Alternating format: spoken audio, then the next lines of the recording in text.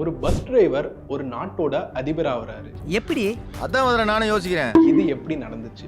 உலகத்திலேயே பணக்கார நாடா இருந்த இவங்க இன்னைக்கு பசி பட்னி போராட்டம் இப்படின்னு கஷ்டப்பட்டுட்டு இருக்காங்க. என்னதான் நடந்துச்சு? உலகத்திலேயே சவுதிக்கு அடுத்தது அதிக ஆயில் கொண்ட இந்த நாடு, அந்த ஆயில் இருந்தும் எந்த பயனும் இல்ல. ஏன்? இது மாதிரி பல கேள்விகளுக்கான விடையை இந்த வீடியோல நம்ம பார்ப்போம். வாங்க, இது உலக அரசியல் வித் உங்கள் எஸ்கே. ஒரு பஸ் டிரைவர் அதிபர் ஆகுறாரு. அந்த நபர் பேர் நிக்கோலஸ் மதுரோ.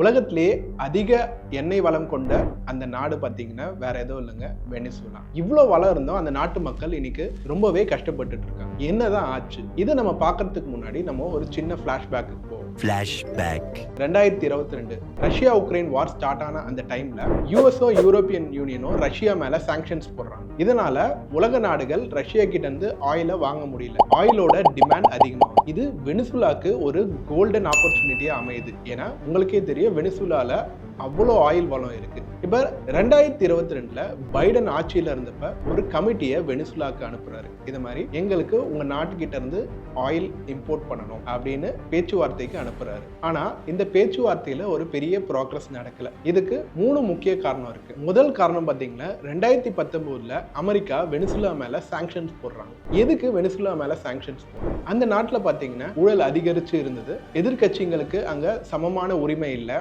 அங்க நடந்த தேர்தல் நிறைய முறைகேடு நடந்தது. இது மாதிரி பல காரணங்களை சொல்லி அமெரிக்கா வெனிசுலா மேல சாங்ஷன்ஸ் போட்டிருந்தாங்க. இப்ப இந்த சாங்ஷன்ஸை வாபஸ் வாங்கணும்னா அந்த டைம்ல அமெரிக்கால மிட் டர்ம்ஸ் எலெக்ஷன் நடந்தனால இந்த சாங்ஷன்ஸை வாபஸ் வாங்கறதுல நிறைய சேலஞ்சஸ் இருந்தது. முதல்ல வெனிசுலால இருந்த எதிர்கட்சிகள்லாம் இதுக்கு கடுமையா எதிர்ப்பு தெரிவிச்சாங்க. அமெரிக்கால இருக்க லீடர்ஸும் இது சரியில்லை, இது நிக்கோலஸ் மதுரோக்கு நிறைய பவரை கொடுக்கும் அப்படின்னு எதிர்ப்பு தெரிவிச்சாங்க. அந்த ஆயில் இம்போர்ட் சரியா ப்ராக்ரஸ் ஆகல. ரெண்டாவது பாத்தீங்கன்னா அந்த நாட்டுல நடந்த பொருளாதார சீர்கேடுனால இளைஞர்கள் ஸ்கில்டு ஒர்க்கர்ஸ்லாம் வேற நாட்டுக்கு போயிட்டாங்க. அதே மாதிரி ஆயில் ரிஃபைனர்ஸும் கனடா சவுதி அரேபியாவுக்கு பிசினஸை கொண்டு போயிட்டாங்க. இப்போ வெனிசுலால பாத்தீங்கன்னா அங்க இருக்கிற ஆயில் பேர் ஹெவி க்ரூட் ஆயில் வாங்க. அதை நம்மளால டைரக்டா யூஸ் பண்ண முடியாது. அதை பல கட்டங்களா ரிஃபைன் பண்ணி தான் அதை யூஸ் பண்ணணும். இப்போ இந்த பொருளாதார சீர்கேடுனால ஆல்ரெடி இந்த ரிஃபைனர்ஸ்லாம் வேற நாட்டுக்கு போனனால அங்க இருக்கிற ஆயில் பிளான்ட்ஸ்லாம் செயல்படாத நிலைமையில இருந்தது. இதனால அவங்களால உடனடியா ஆயிலை ப்ரொடியூஸ் பண்ணதுல நிறைய சிக்கல் இருந்துச்சு.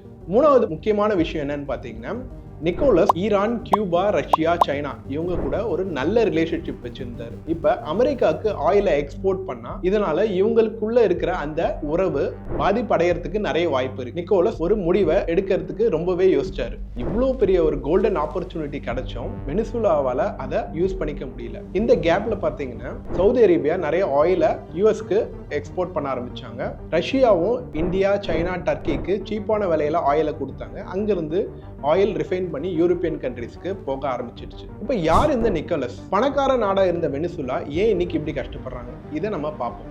1970 பாத்தீங்கன்னா வெனிசுலா ஒரு பணக்கார நாடு. அவங்க கிட்ட இருக்கிற ஆயில் வளத்தினால அவங்க நல்ல லாபம் சம்பாதிச்சாங்க. அந்த சமயத்துல அராபுக்கும் இஸ்ரேலுக்கும் வார் நடந்தனால ஆயிலோட பிரைஸ் கிடுகிடுன்னு உயர்ந்துச்சு. இதனால வெனிசுலா லாட்டின் அமெரிக்காலே 3வது பணக்கார நாடா இருந்தாங்க. ஆனா அவங்க செஞ்ச ஒரு பெரிய தப்பு என்னன்னு பாத்தீங்கன்னா, நம்ம கிட்ட தான் இவ்வளோ ஆயில் வளம் இருக்கே, அதனால நம்ம மற்ற விஷயங்கள் எல்லாம் ஃபோக்கஸ் பண்ண வேணான்னு அவங்க ரொம்ப அசால்ட்டா இருந்துட்டாங்க. 1980 ஆயில் பிரைஸ் திடீர்னு பயங்கரமா குறைஞ்சது. ஏற்கனவே நிறைய கடன் வாங்கி இந்த வெனிசுலா இப்ப ரொம்பவே கஷ்டப்பட ஆரம்பிச்சாங்க. மக்கள் கிட்ட பசி பட்னி ரொம்ப அதிகமாச்சு. மக்கள் புரட்சி ஏற்பட்டுச்சு. அந்த நாட்டுல விலைவாசி ரொம்பவே அதிகமாச்சு. ஒரு கட்டத்துல வெனிசுலா IMF கிட்ட இருந்து கடன் வாங்குற நிலைமைக்கு போயிட்டாங்க. இப்ப 1992 யூகோ சாவஸ் என்ற ஒரு இளைஞர் இந்த ஆட்சியை கவுக்க போராட்டம் பண்றாரு. அவரை ஜெயில போடுறாங்க.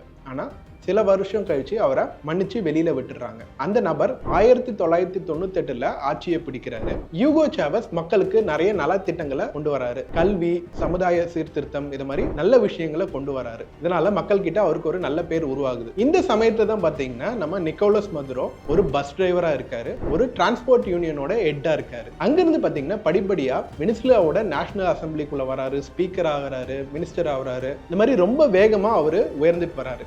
இதுக்கு ரொம்பவே முக்கியமான ஒரு காரணம் என்னன்னு பாத்தீங்கன்னா, அவர் ஒரு ராஜ விசுவாசி, மிகவும் நம்பிக்கையான ஒரு நபரா யூகோ சாவஸ் அவரை நம்புறாரு. இந்த நபரால நம்ம ஆட்சிக்கு எந்த பிரச்சனையும் வராது, இந்த நபரை நம்ம ரொம்பவே நம்பலாம் அப்படின்னு அவரு ரொம்ப ஸ்ட்ராங்கா ஃபீல் பண்ணாரு. 2013 கேன்சர்னால யூகோ சாவஸ் இறந்து போறாரு. அப்ப நடந்த எலெக்ஷன்ல நிக்கோலஸ் மதுரோ அதிபரா தேர்ந்தெடுக்கப்படுறாரு. ஆனா பாத்தீங்கன்னா ரொம்ப கம்மியான மார்ஜின், 1.5% தான் அவருக்கும் அவரை எதிர்த்து போட்டி போட்ட நபருக்கும் உள்ள வித்தியாசம். அவர் ஆட்சிக்கு வந்த நேரமோ என்னமோ பார்த்தீங்கன்னா 2013 உலக அளவில் பொருளாதாரம் பாதிக்கப்படுது, எண்ணெய் விலை எல்லாம் ரொம்ப குறையுது. இதனால நாட்டில் பசி பட்டினி போராட்டம் அதிகமாகுது, ஊழலும் அதிகரிக்குது.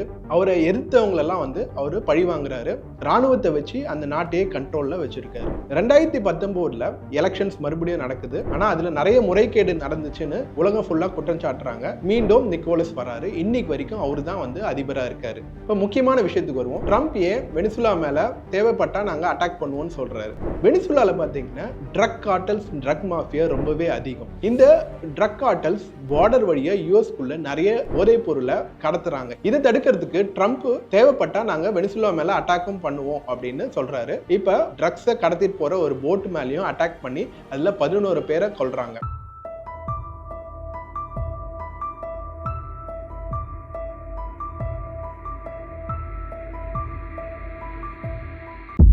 இப்ப கோவமடைஞ்ச நிக்கோலஸ் அமெரிக்கா எங்களை அட்டாக் பண்ணாங்களா, நாங்களும் அட்டாக் பண்ண ரெடி அப்படின்னு சொல்றாரு. ஒரு சின்ன நாடு எப்படி இவ்வளவு தைரியமா இருக்காங்க? காரணம் பாத்தீங்கன்னா பின்னாடி இருக்கிற indirect support. Russia, China, Iran, Cuba இது மாதிரி நாடுகள் வெனிசுலாவை இன்டைரக்டா சப்போர்ட் பண்றாங்க. இப்ப அமெரிக்கா வெனிசுலாவை அட்டாக் பண்ணுவாங்களா? அங்க இருக்கிற மக்கள் ஏற்கனவே கஷ்டப்பட்டு இருக்காங்க, இன்னமும் பல கஷ்டங்கள் அங்க நடக்குமா, இல்ல இந்த பிரச்சனை சரியாகுமா? இத மாதிரி அடுத்தது என்ன நடக்குது அப்படின்றத நம்ம பொறுத்து இருந்து தான் பார்க்கணும். இந்த வீடியோ உங்களுக்கு பிடிச்சிருந்தா உங்க ஃப்ரெண்ட்ஸ் கூட ஷேர் பண்ணுங்க, லைக் பண்ணுங்க, சப்ஸ்கிரைப் பண்ணுங்க. நன்றி, வணக்கம்.